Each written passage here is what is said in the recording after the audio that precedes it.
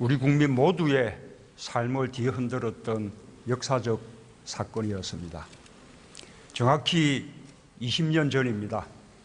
그것은 어느 날 불쑥 날아든 해고 통지였고 가장의 실직이었으며 구조조정과 실업의 공포였습니다. 특정한 사람들에게만 가해진 충격이 아니었습니다. IMF 외환위기는 우리 국민 모두에게 그때까지 경험하지 못했던 큰 충격을 주었습니다. 경제적 충격만이 아니었습니다. 심리적, 정서적 충격이 국민의 삶 전체를 뒤흔들었습니다. 그로부터 20년이 지난 지금 우리 경제는 매우 건실해졌습니다.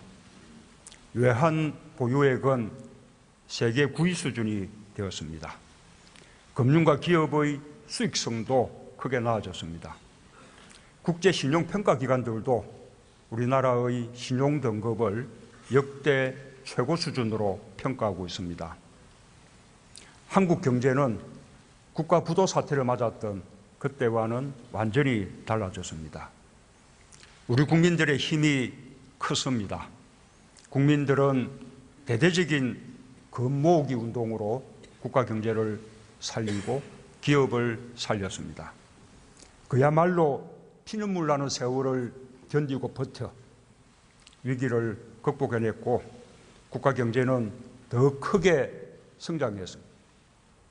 그러나 그 후유증은 국민들의 삶을 바꾸어 버렸습니다.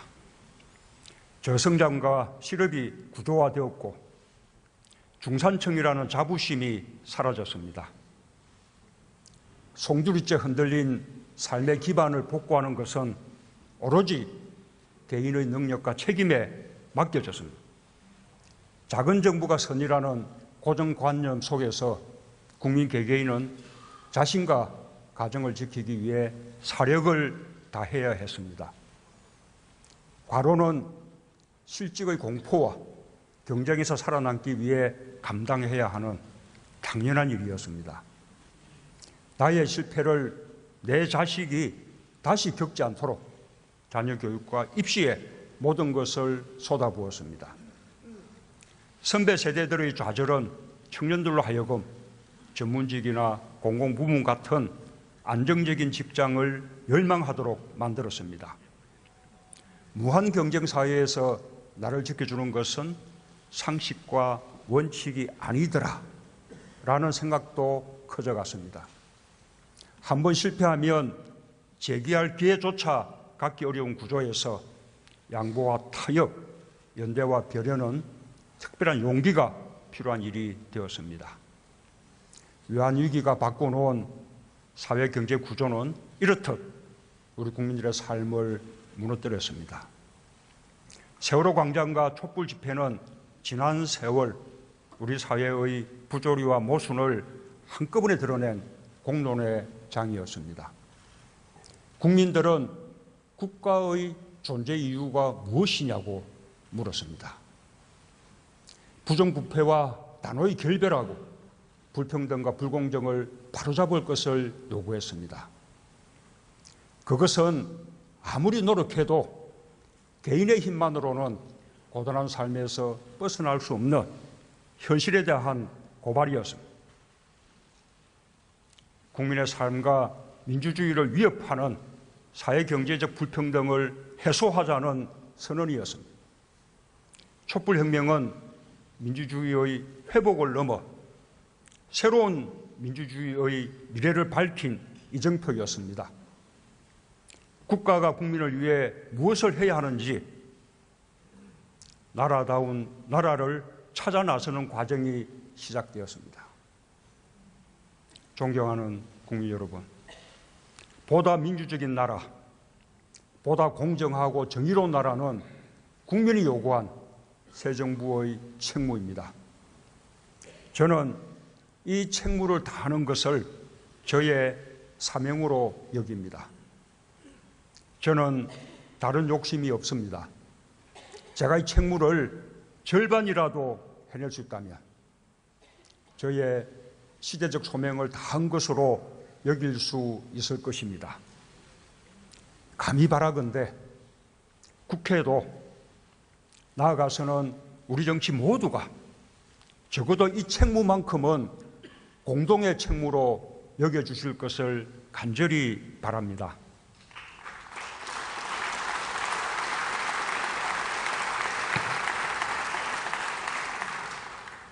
국민은 누구나 자기 삶의 모든 영역에서 인간으로서의 존엄성을 존중받고 보호받아야 합니다. 성실하게 하루 8시간 일하면 먹고 사는 걱정은 없도록 정책을 혁신해야 합니다. 아프면 돈 걱정 없이 치료받을 수 있도록 제도를 개선해야 합니다. 자신의 꿈과 재능을 펼칠 기회를 부당하게 빼앗기지 않도록 잘못된 관행을 청산해야 합니다. 저와 정부는 지난 6개월 국민의 뜻을 받들어 대한민국을 나라답게 또 정의롭게 혁신하기 위한 국가혁신의 기반을 마련해 왔습니다. 경제를 새롭게 하겠습니다. 경제가 성장해도 가계소득은 줄어들고 경제적 불평등이 갈수록 커지는 구조를 바꿔야 합니다. 양극화가 경제 성장과 국민 통합을 가로막는 상황을 개선해야 합니다.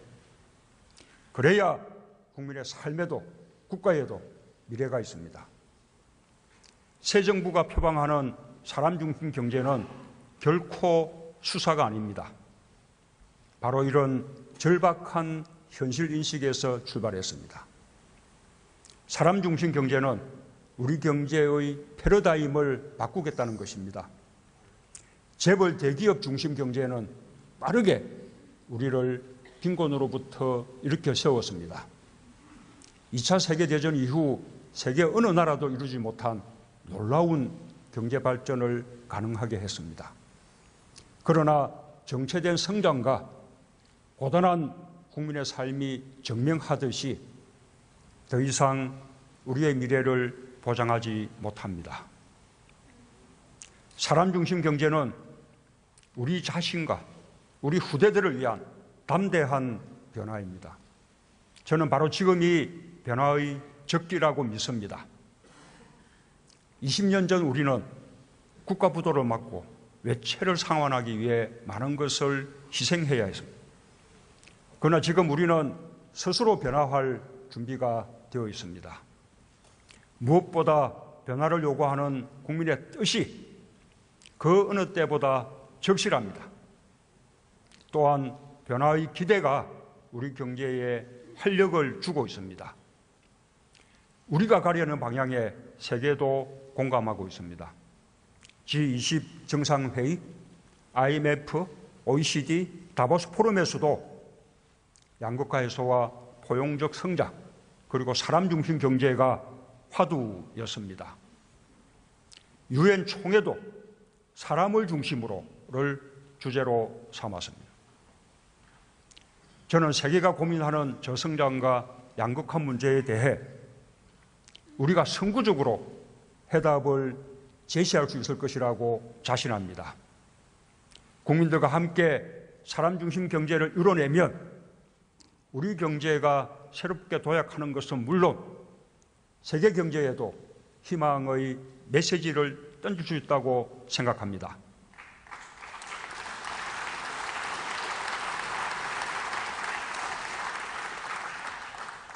사람 중심 경제는 경제 성장의 과실이 국민 모두에게 골고루 돌아가는 경제입니다.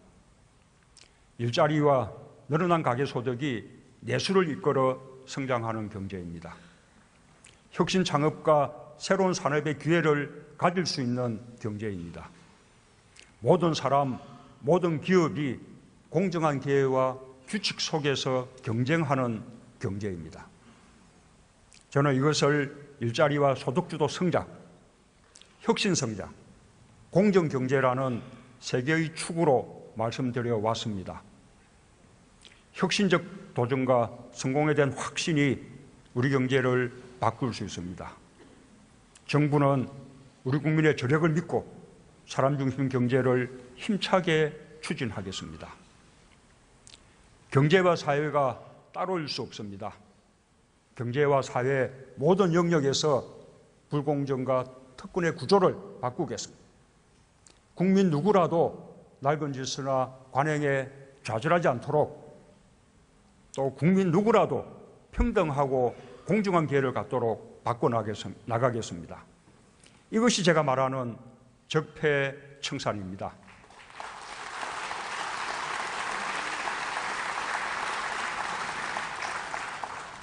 권력기관의 개혁은 사회적 신뢰 회복을 위한 성결 과제입니다. 국정원은 국민의 정보기관으로 탈바꿈해야 합니다.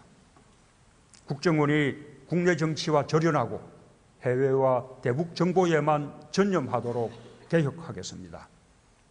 저의 의지는 확고합니다. 국회가 입법으로 뒷받침해 주시기를 기대하고 요청합니다.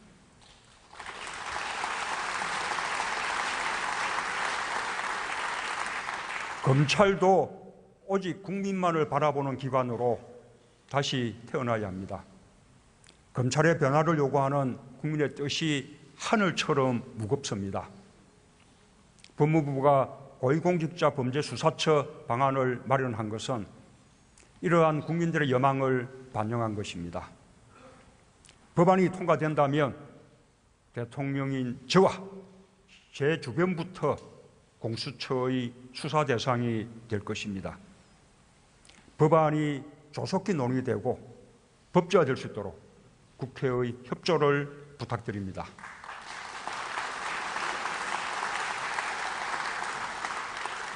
권력이 국민의 기회를 빼앗는 일도 없어야 합니다. 최근 드러난 공공기관 채용 비리는 우리 청년들이 무엇 때문에 절망하고 있는지 그대로 보여주었습니다. 공공기관이 기회의 공정성을 무너뜨리는 일은 결코 용납할 수 없습니다. 구조적인 채용 비리 관행을 반드시 혁파하겠습니다.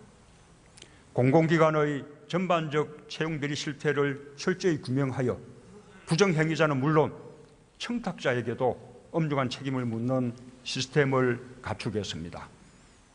정부는 국가기관과 공공부문, 더 나아가 사회 전반의 부정과 부패, 불공정이 국민의 삶을 억압하는 일이 없도록 모든 노력을 다해갈 것입니다. 더 이상 반칙과 특권이 용인되지 않는 나라로 정의롭게 혁신하겠습니다. 그 일에 국회가 함께해 주실 것을 요청드립니다.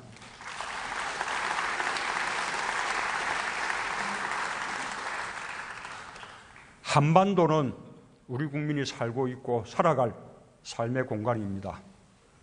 안전해야 합니다. 평화로워야 합니다.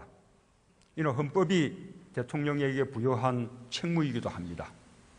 새 정부는 그 어느 때보다 엄중한 안보 환경에서 출범했습니다. 정부는 당면한 상황을 안정적으로 관리하는 한편 궁극적으로 한반도의 평화를 실현하기 위해 노력하고 있습니다. 우리 정부는 출범 이래로 지금까지 확고하고도 일관되는 원칙을 가지고 한반도 문제에 임해왔습니다. 앞으로도 마찬가지일 것입니다. 첫째, 한반도 평화 정착입니다. 우리가 이루려는 것은 한반도 평화입니다. 따라서 어떠한 경우에도 한반도에서 무력 충돌은 안 됩니다. 한반도에서 대한민국의 사전 동의 없는 군사적 행동은 있을 수 없습니다.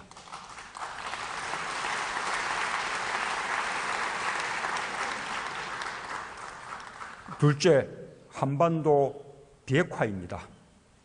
남북이 공동선언한 한반도 비핵화 선언에 따라 북한의 핵 보유국 지위는 용납할 수도 인정할 수도 없습니다. 우리도 핵을 개발하거나 보유하지 않을 것입니다.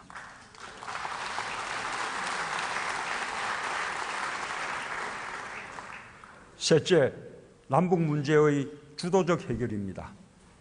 우리 민족의 운명은 우리 스스로 결정해야 합니다. 식민과 분단처럼 우리의 의사와 무관하게 우리 운명이 결정된 불행한 역사를 반복하지 않을 것입니다.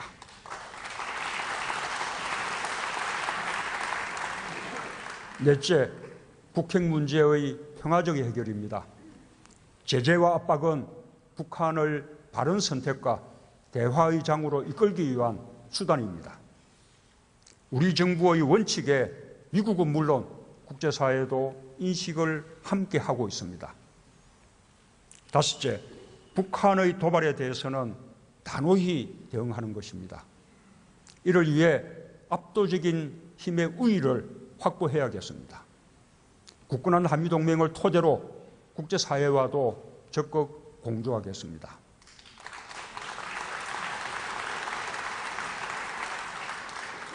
우리 정부는 이상의 원칙을 바탕으로 한반도 문제 해결을 위해 다각도로 노력하고 있습니다. 저는 국민과 헌법 앞에 선서한 대로 국민을 보호하고 평화로운 한반도를 실현하기 위해 할 수 있는 모든 일을 다하겠습니다. 북핵 문제 앞에서 정부와 국회 또 여와 야가 따로 수 없습니다. 한반도 정책에 있어서만큼은 초당적인 협조가 있기를 기대합니다.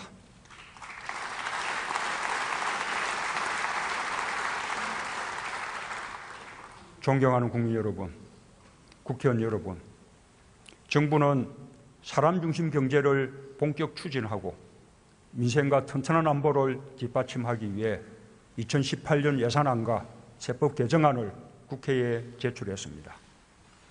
내년도 예산안 총 지출은 429조 원입니다. 올해보다 7.1% 증가한 수준으로 세계 금융위기 이후 가장 높은 증가율입니다. 새 정부 출범 후 처음 편성한 예산입니다. 경제와 민생을 살리기 위해 재정이 보다 적극적인 역할을 해야 한다고 판단했습니다. 재정 건전성 유지에도 만전을 기했습니다. 불효불급한 예산에 대한 강도 높은 구조조정을 통해 11조 5천억 원의 지출을 줄였습니다. 5조 5천억 원의 추가 세수가 확보되도록 세법 개정안도 제출했습니다. 국가 채무는 GDP 대비 39.6%로 올해와 비슷한 수준을 유지하도록 했습니다. 내년도 예산안과 세제 개편안은 일자리, 가계소득 증대, 혁신성장, 국민안전과 안보에 중점을 두었습니다. 먼저 일자리 예산을 대폭 증액했습니다. 올해보다 2조 1천억 원 증가한 19조 2천억 원입니다. 우리 국민들, 특히 청년들에게 가장 절실한 예산입니다. 요즘 우리 경제가 좋아지고 있는데 고용 상황이 개선된다면 우리 경제는 더욱 상승세를 탈 수 있을 것입니다. 공공부문이 고용 창출을 선도하고 국민들에게 필요한 서비스를 제대로 제공할 수 있도록 했습니다. 경찰, 집배원, 근로감독관 등 민생 현장 공무원 3만 명을 늘리고 보육, 요양 등 사회 서비스 일자리도 1만 2천 개 만들겠습니다. 민간 부분에서도 좋은 일자리가 많이 만들어지도록 지원하겠습니다. 중소기업이 청년 3명을 정규직으로 채용할 경우 1명분 임금을 지원하는 중소기업 추가 채용 제도를 내년에 2만 명으로 늘리겠습니다.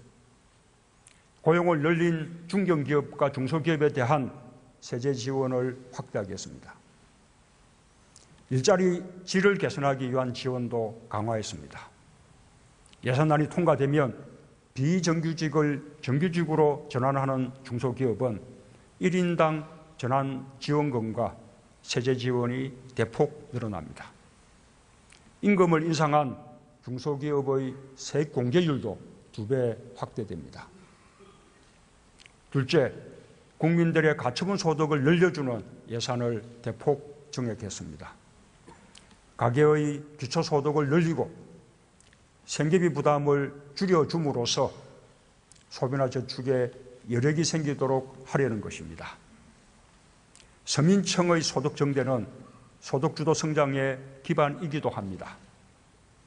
주거급여와 교육급여를 인상해 기초생활보장급여를 현실화하겠습니다. 저소득층 청년들이 활용하도록 청년희망 키움통장 제도를 신설했습니다. 가계의 의료비 부담을 대폭 줄이고 국가 책임을 높였습니다. 재난적 의료비 지원 대상을 4대 중증 질환에서 모든 질환으로 확대하고 치매 안심센터와 요양시설 등 치매 국가 책임제 시설을 확충하도록 했습니다. 5세 이하 아동의 아동수당을 도입하여 내년 7월부터 월 10만 원씩 지원하겠습니다. 아이들 양육 부담을 조금이라도 덜어줄 것으로 기대합니다. 세계 최고 수준의 노인 빈곤율은 우리의 부끄러운 현실입니다. 기초연금을 월 25만 원으로 인상하고 지급 대상을 확대하겠습니다. 어르신 일자리 지원 대상을 51만 4천 명으로 확대하겠습니다. 장애인 연금을 기초연금과 함께 25만 원으로 인상하고 장애인 일자리도 1만 6천 명으로 확대하겠습니다. 소상공인과 영세 중소기업 지원도 확대했습니다. 최저임금 인상에 따른 부담을 완화하고 고용이 유지될 수 있도록 일자리 안정자금을 2조 9,704억 원 편성했습니다. 1인 영세 자영업자에게는 2년간 고용보험료 30%를 지원합니다. 국가유공자 예우는 국가가 해야 할 최소한의 의무입니다. 참전수당과 무공수당을 월 8만 원씩 인상했습니다. 참전수당은 월 22만 원에서 30만 원으로 늘어납니다. 참전유공자 의료비 감면율도 60%에서 90%로 대폭 확대했습니다. 지금까지 지원 대상에서 제외되었던 독립유공자 후손들께는 최대 46만 8천 원까지 생활비를 지원할 것입니다.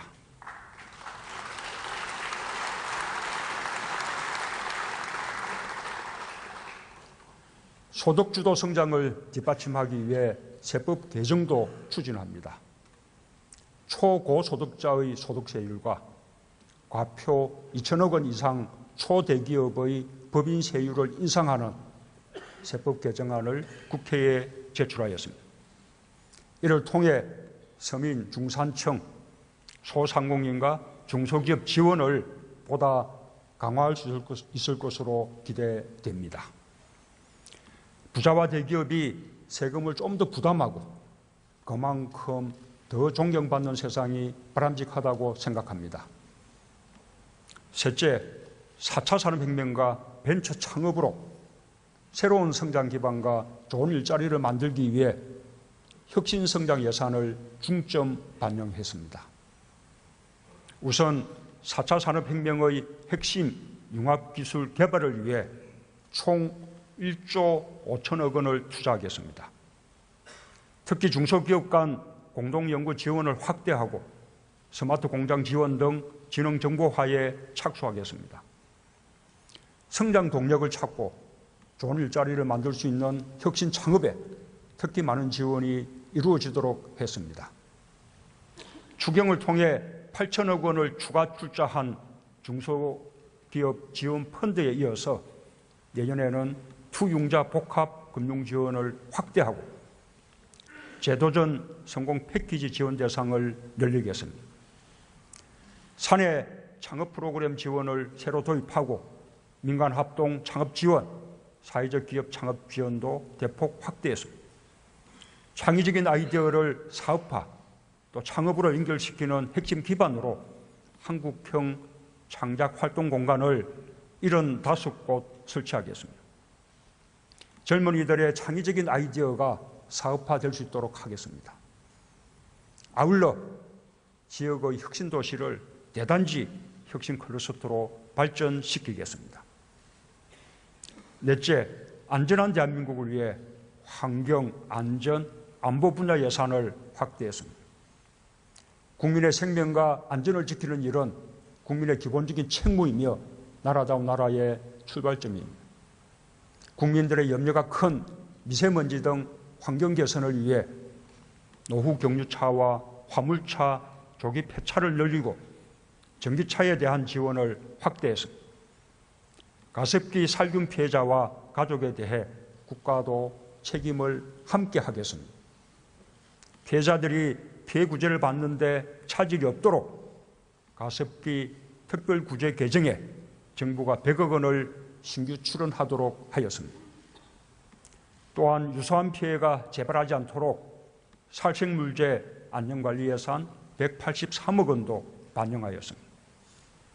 먹거리 안전 문제도 빼놓을 수 없습니다. 농수산물 안전성 조사를 확대하여 안전관리를 강화하겠습니다. 되풀이되는 가축 질병에 조기 대응하기 위한 예산도 확대했습니다. 재해와 재난에 대한 국민의 염려를 들어드리겠습니다. 연례적 가뭄에 대비한 저수지간 수계 연계 사업을 실시하겠습니다. 버스와 화물차 교통사고를 예방하는 첨단 안전장치 장착을 지원하겠습니다.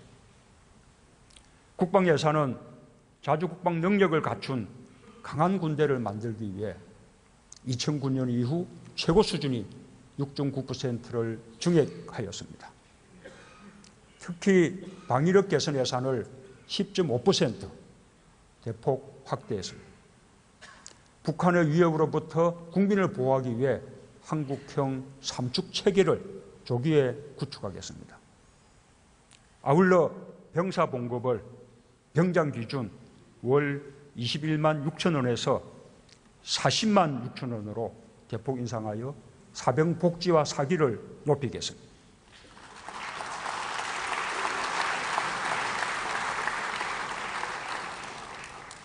존경하는 국민 여러분, 국회의원 여러분, 국가가 자신의 역할을 다할 때 국민은 희망을 놓치지 않고 살아갈 수 있습니다. 어려울 때 국가가 든든하게 지켜주고 있다는 믿음을 주어야 합니다. 그것이 국가의 존재 이유입니다. 한 사람의 국민이 대한민국에서 인간답게 살아가기 위해서는 국방예산, 안전예산, 일자리 예산, 아동수당, 창업예산 등이 시줄 날줄로 엮여 뒷받침되어야 한다고 생각합니다. 무엇 하나 중요하지 않은 것이 없습니다. 예산은 단순한 숫자가 아닙니다. 정부의 정책 방향이며 우리가 지향하는 가치입니다. 이번 예산은 당면한 우리 경제 사회 구조의 문제를 해결하기 위한 고민의 산물입니다.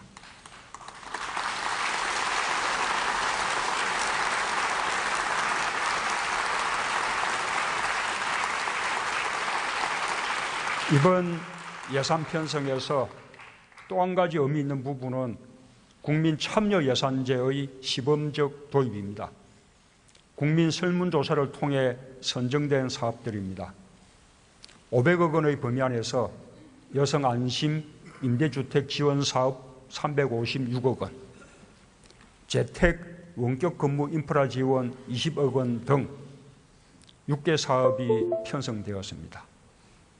앞으로 재정정보 공개를 더욱 확대하고 국민 참여 예산을 본격적으로 도입하여 국민과 함께하는 예산이 되도록 할 것입니다.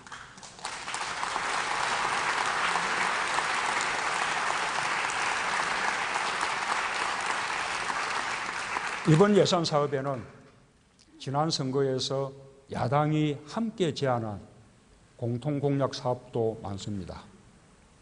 청년대책, 비정규직 문제, 아동수당 도입, 육아휴직 확대, 국공립 보육시설 확충, 건강보험 보장성 강화 등입니다. 새 정부가 의욕적으로 추진하는 국정과제와 지난 대선의 공통공약, 안보 문제에 대해서 대승적 차원에서 국회의 적극적인 이해와 협조를 특별히 부탁드립니다.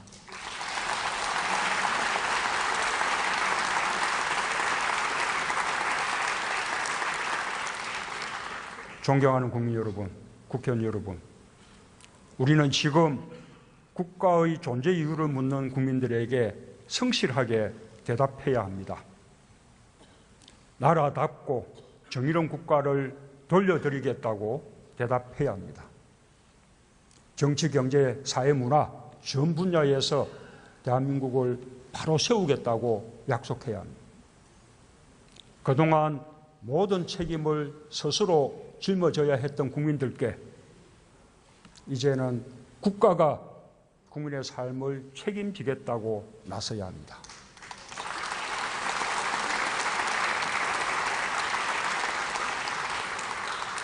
안보와 민생에는 여야가 따로 없습니다. 여야정 국정상설협의체의 운영을 다시 한번 촉구합니다.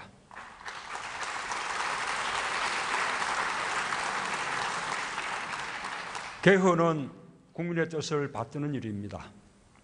변화한 시대에 맞게 국민의 기본권을 확대해야 합니다. 수도권과 지방이 함께 발전할 수 있도록 지방 분권과 자치를 강화해야 합니다. 개헌은 내용에 있어서도 과정에 있어서도 국민의 참여와 의사가 반영되는 국민 개헌이어야 합니다. 국민 주권을 보장하고 정치를 개혁하는 개헌이어야 합니다. 저는 내년 지방선거 때 개헌 국민투표를 함께하는 것이 바람직하다고 생각합니다. 그 시기를 놓친다면 국민들이 개헌의 뜻을 모으기가 쉽지 않을 것입니다. 국회에서 일정을 헤아려 개헌을 논의해 주시기를 당부드립니다.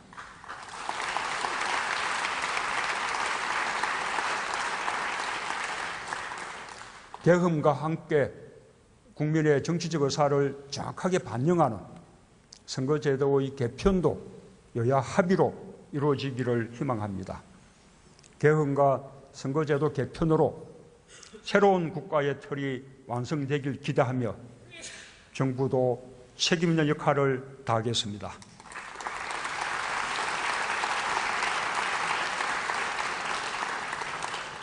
존경하는 국민 여러분, 정세균 국회의장님과 국회의원 여러분, 지난 10월 20일 신고리 오르코기 공론화 과정이 마무리되었습니다.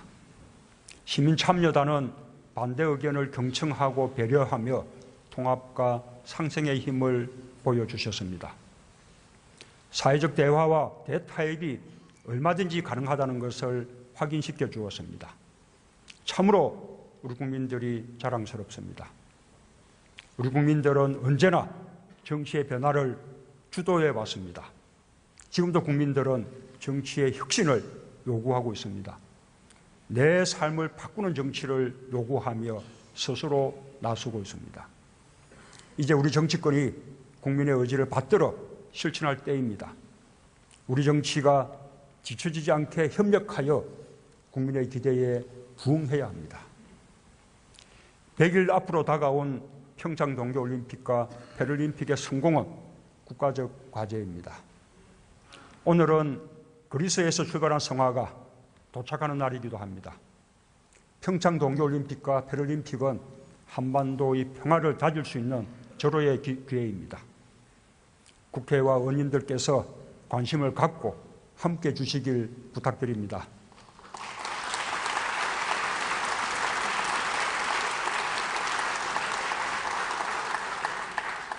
상식과 정의가 나를 지켜줄 수 있는 나라, 양보와 타협, 연대와 배려가 미덕이 되는 나라, 국민이 주인인 나라를 위해 국회가 함께해 주실 것이라고 믿습니다. 국민의 희망이 반드시 국회에서 피어나길 바람하지 않습니다. 감사합니다.